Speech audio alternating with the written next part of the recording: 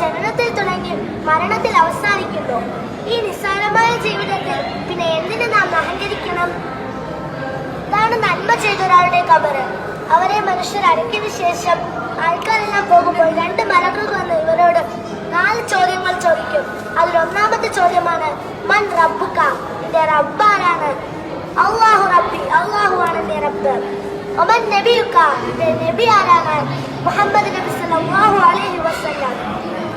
ഒമാ ഇമാമിക, എന്നാൽ നിന്റെ ഇമാം ആരാണ്? ഖുർആൻ. ഒമാ ദീനിക, നിന്റെ ദീൻ ഏതാണ്? ഇസ്ലാം. ഇതൊരു നല്ല മനുഷ്യനാണ് ആ ഖബറിൽ കിടക്കുന്നെങ്കിൽ അവർക്ക് ഈ ചോദ്യത്തിനെല്ലാം ഉത്തരം പറയാൻ സാധിക്കും. അതിനാൽ അള്ളാഹു പറയുന്ന ആയത്തുകളാണ് കുല്ലു നഫ്സിൻ ദാഇഖത്തുൽ മൗത്ത് സുമ്മ ഇലൈനാ തുർജഊൻ. ഏതൊരു ദേഹവും മരണം ആസ്വദിക്കുന്നതാണ്. ഇതാണ് തിന്മ ചെയ്തവരുടെ ഖബർ. അതിൽ പാമ്പ്, തേള് ഇവയെല്ലാം ചുറ്റിയിരിക്കും.